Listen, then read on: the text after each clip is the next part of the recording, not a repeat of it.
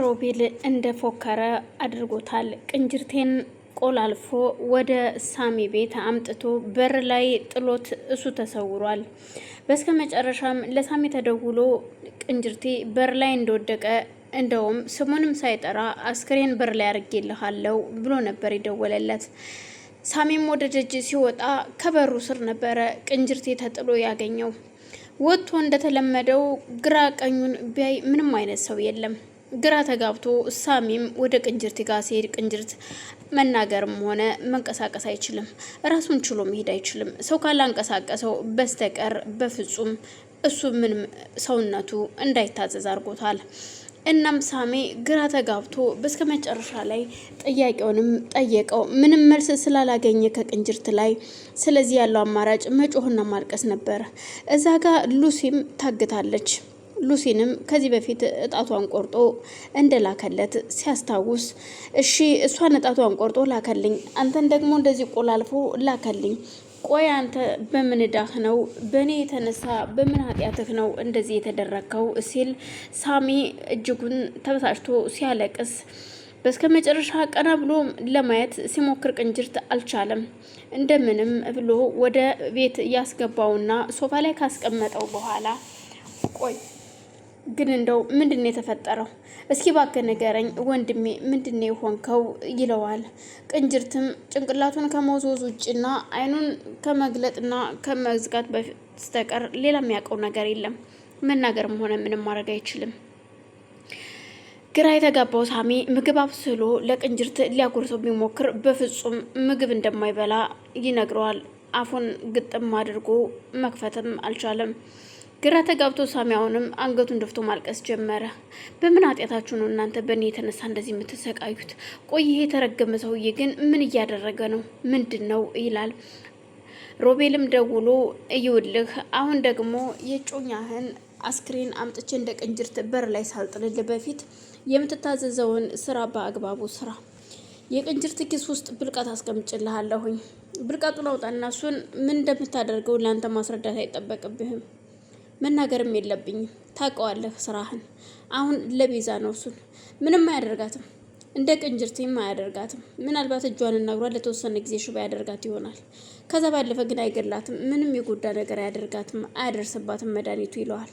እና ታዲያ ቆየ መድኃኒት ምንድን ነው የሚያደርጋት? ይገላል ወይስ አይገልም? ለምን አታብራራልኝም? ሲለው ማብራራት አይጠበቅብኝም ሳሚ፣ በቃ ሀስብና ወስነ ስጨርስ ደውልልኝ። አይካልክ ደግሞ ያው ሉሲንም እንደ ቅንጅርት ያድርጌ በር ላይ አምጥቼ ይጥልልሃለሁ። አለበለዚያ ደግሞ እያንዳንዷ የሰውነቷን ክፍሎች እየቆራረጥኩ እያመጣው እንደተለመደው በጊፍት መልኩ እሰጥሃለሁ ይለዋል። ሳሚም እባክህ ሮቤል፣ እባክህ እንደዚህ አታድርግ። ቆይ ምንድነው የሆንከው? እነሱም ምስኪን ባልና ሚስቶች ናቸው፣ ተስማምተውና ተዋደው እየኖሩ ነው፣ እባክህ ይለዋል። እሱ ግን በፍጹም ነግሬያለሁ፣ የታዘዝከውን ብቻ አድርግ። ምን እንዳደረገችኝ ታውቃለህ ቤዛ? ምንድን ነው ያደረገች? ቆይ ለምን እሷን በእናትና በአባቷ እየተነሳ ለምን እሷ እንደዚህ ትቀጣታለህ? ይሄ ሁሉ ካንተ ላይ ጫና ያደረገው የአባቷ ስራ ነው።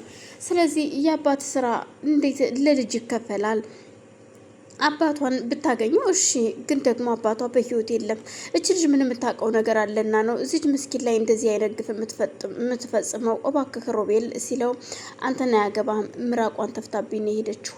ስለዚህ ተፍታብኝ ደግሞ ዋጋዋን አስከፍላታለሁ ይለዋል።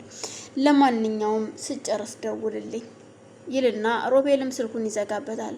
ሳሚም አውርቶ ሳይጨርስ ስልኩ ይዘጋበታል። ግራ ተጋብቶ ምንም በቃ ምን ማድረግ እንዳለብኝ አላቅም ይላል። ሱራፌል እና ቤዛ ወክ ለማድረግ ወጥተዋል። ምክንያቱም መመርመር እንዳለባቸው ያኔ እሷም መውለድ ትችላለች አትችልም የእንሱን ለመመርመር ሄደዋል።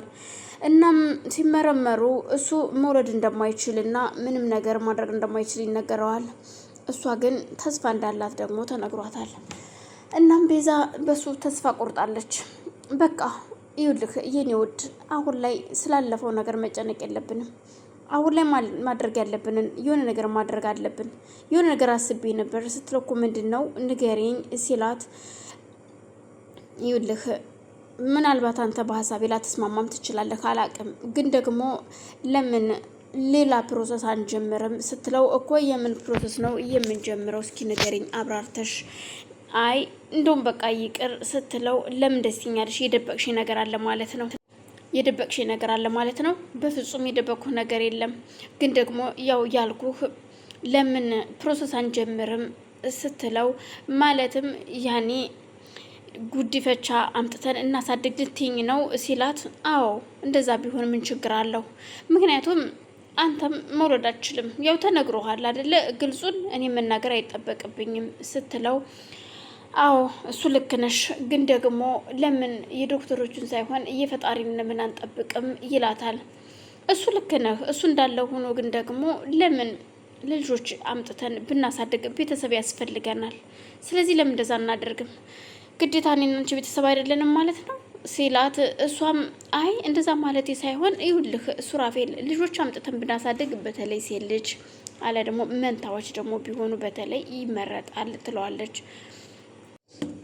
እናም ሱራፌልም ቅር ቢለውም ግን ደግሞ እና ታዲያ መንታ ልጅ አስፈለግሽ ወይ ብታይ ደግሞ ለዛውም ሴቶች ቢሆኑ ደግሞ መንታ ሴት ልጆች ስትለው፣ አንቺን ካስደሰተሽ ችግር የለውም እንደውም እንደዛ ብንጀምር ይሻላል ይላታል። እና በሀሳቤ ስለተስማማህ ደስ ብሎኛል ሱሬ፣ በጣም ነው የማመሰግንህ። ግን በቅድሚያ ደግሞ የሰርጋችን ፕሮግራም መደረግ አለበት። አሁን ላይ በሰርግ መጀመሪያ መጋባት አለብን ስትለው፣ ቆይ እስከ ዛሬ አብረን አልተጋባንም፣ የበለጠ ደግሞ ፍቅራችን እንዲደረጅ ለማለት ፈልጌ ነው። እና ታዲያ አሁን ደግሞ ስንጋባ ሙሉ የንብረትሽ ተካፋይ ልሆን ነው ማለት ነው ሲላት፣ እንኳን ንብረቴን አይደለም ልቤን ሰጥቼሃለሁኝ፣ ስለዚህ ምንም የሚያሳስብና የሚያስጨንቅ ነገር የለም ትለዋለች።